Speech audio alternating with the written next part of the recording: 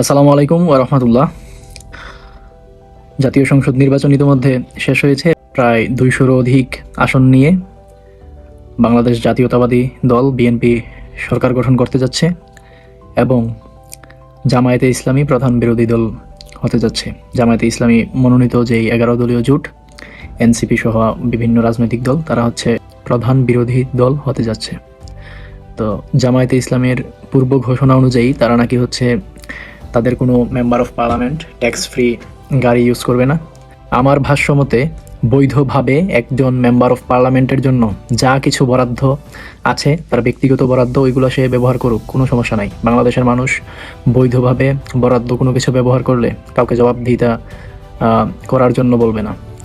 কখন বলবে? যখন হচ্ছে তার এলাকায় তার কর্মী কর্তৃক, তার যে নেতাকর্মী আছে তাদের কর্তৃক চাঁদাবাজি এবং হচ্ছে দখলদারিত্ব হয়। বিশেষ করে আপনি দেখবেন যে প্রতিটা এলাকায় যে মফস্বল সাব আরবান এরিয়া যেগুলোকে আমরা বলি, ওইখানে হচ্ছে বাজারগুলোতে সরকারি জায়গায় সরকারি প্লটে হচ্ছে বিভিন্ন ধরনের দোকান থাকে, ওইগুলো হচ্ছে তারা দখল করে। এই বিষয়গুলোতে তাদের নজর দেওয়া জরুরি, কারণ প্রতিটা এলাকায় আমরা ইতিমধ্যে দেখেছি এখনও হচ্ছে চাঁদাবাজি হচ্ছে।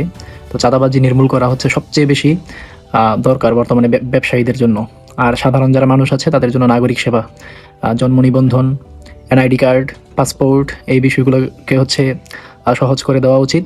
আর প্রতিটা এলাকায় বিরোধী দল আপনার বিরুদ্ধে, আপনার মতের বিরুদ্ধে কেউ যদি ভোট দিয়ে থাকে, তাকে হচ্ছে আপনার পরবর্তী ইলেকশনে যাতে আপনার জন্য সে ভোট দিতে পারে সেই ব্যবস্থা করেন, ওইভাবে তার সাথে ব্যবহার করেন।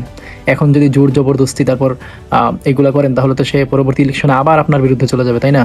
তো বিরোধী দলকে দমন না করে তাদেরকে নিয়ে ঐক্যবদ্ধভাবে তৃতীয় শক্তিকে আর বাংলাদেশে, যারা ইতিমধ্যে ফেসিবাদ কায়েম করেছিল, তাদেরকে আর প্রবেশ করার সুযোগ না দিয়ে বাংলাদেশে রাজনীতি করেন।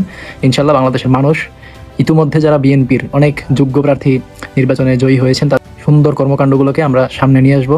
ইনশাল্লাহ সবাই মিলে সুন্দরভাবে হচ্ছে একটা বাংলাদেশ উপহার দেব পরবর্তী প্রজন্মের জন্য এবং আমাদের জন্য। আসসালামু আলাইকুম ওয়া রাহমাতুল্লাহ।